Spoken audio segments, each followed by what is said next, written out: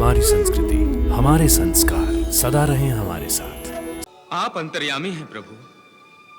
आप जानते हैं असुर सृष्टि की रचना में बाधाएं खड़ी कर रहे हैं।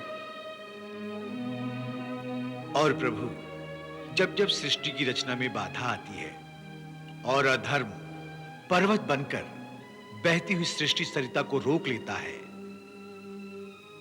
तब आप ही धर्म की संस्थापना करने के लिए और धर्म की रक्षा करने के लिए हम जैसे भक्तों की पुकार सुनकर दौड़े चले आते हैं। प्रणाम प्रभु। प्रणाम प्रभु। कल्याणमस्तु।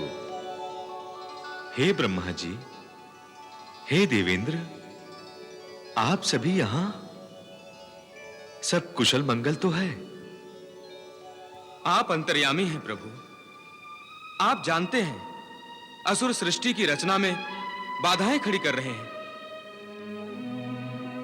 और प्रभु, जब जब सृष्टि की रचना में बाधा आती है और अधर्म पर्वत बनकर बहती हुई सृष्टि सरिता को रोक लेता है, तब आप ही धर्म की संस्थापना करने के लिए और धर्म की रक्षा करने के लिए हम जैसे भक्तों की पुकार सुनकर दौड़े चले आते हैं।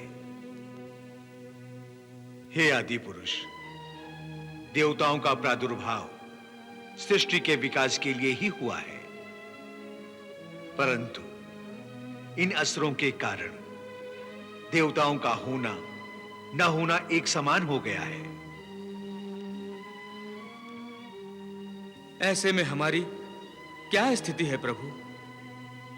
हम क्या करें? हमारा मार्गदर्शन कीजिए प्रभु। हे ब्रह्मा जी, ये सृष्टि तो परब्रह्म की श्वास निश्वास है। ये तो चलती रहेगी। प्रकाश और अंधकार का युद्ध भी शाश्वत है, और इन्हीं द्वंद्वों से होकर ही इस सृष्टि का विकास और ह्रास होता रहेगा।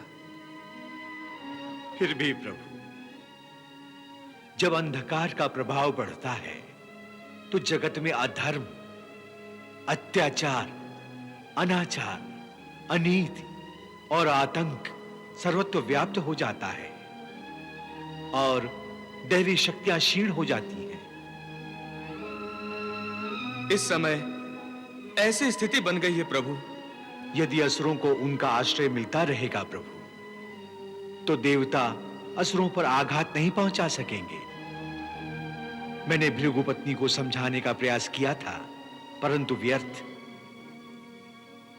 हे ब्रह्मा जी, हे इंद्रदेव, आप लोग निश्चिंत होकर जाइए। परम तपस्वी ऋषि श्रेष्ठ भृगु की पत्नी को समझाने का प्रयास मैं अवश्य करूंगा।